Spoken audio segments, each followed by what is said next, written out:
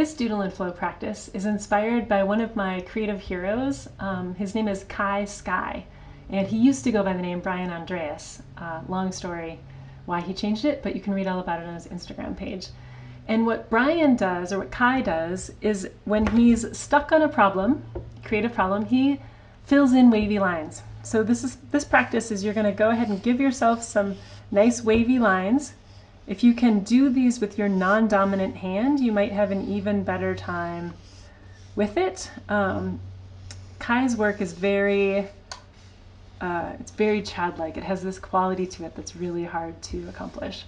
So step one is you're gonna give yourself some wavy lines. Step two is you're gonna go in and you're gonna fill those lines in with words. And you're not necessarily gonna focus on what you're writing, you're just gonna let words tumble out of you. And if you go and look at Kai's work, which I've linked in this blog post and on this Instagram post, you'll see that he just has the most amazing things that he writes, but no pressure. Just whatever tumbles out of your mind is the right thing to tumble out of your mind.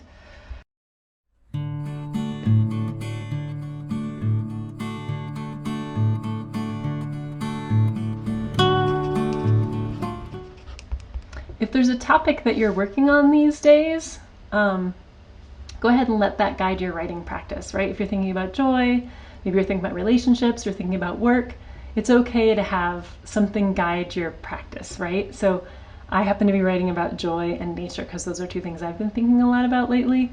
But feel free to write on a theme, but just let these wavy lines guide your writing. Don't let your mind guide your writing. Let the ideas sort of flow out of you.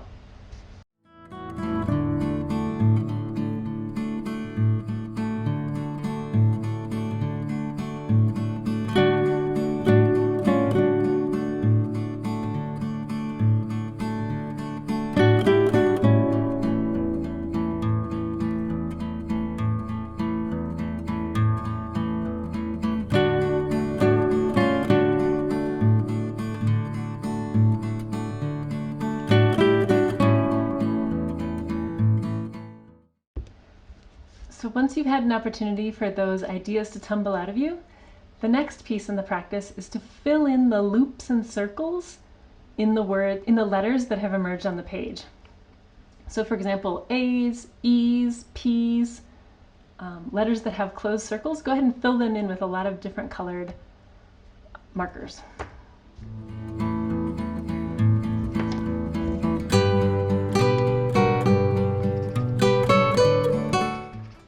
And when I'm doing this, I tend to fill things in on different sides of the page. So I'm going now with my pink marker and I'm filling in pink in different places all across the page.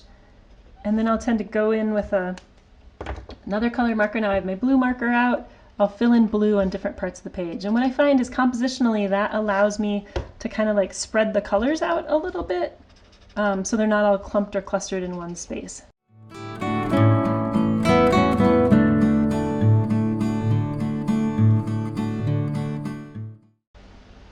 One of the things I really like about this wavy line practice is it allows you to see what's incubating in the back of your mind. To me, this is very much an active mind process that allows things to emerge when we're in that sort of creative incubation space, relaxed but focused mind space.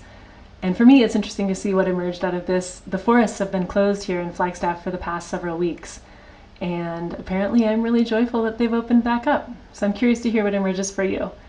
And now that you've filled in the letters, added some color and flair to that, you're going to go ahead and just add some doodles. So whatever comes to mind when you think of this topic for you, go ahead and add some doodles around the page for this topic.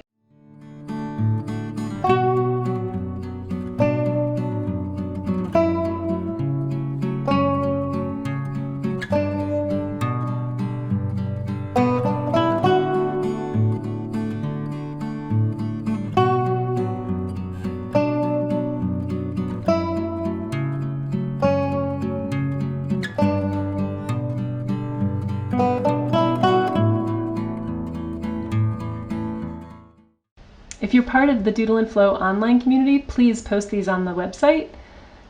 If you're not a part of that, please share them on Instagram or Facebook, any kind of social media, and tag Doodle and Flow. or a doodle and flow practice.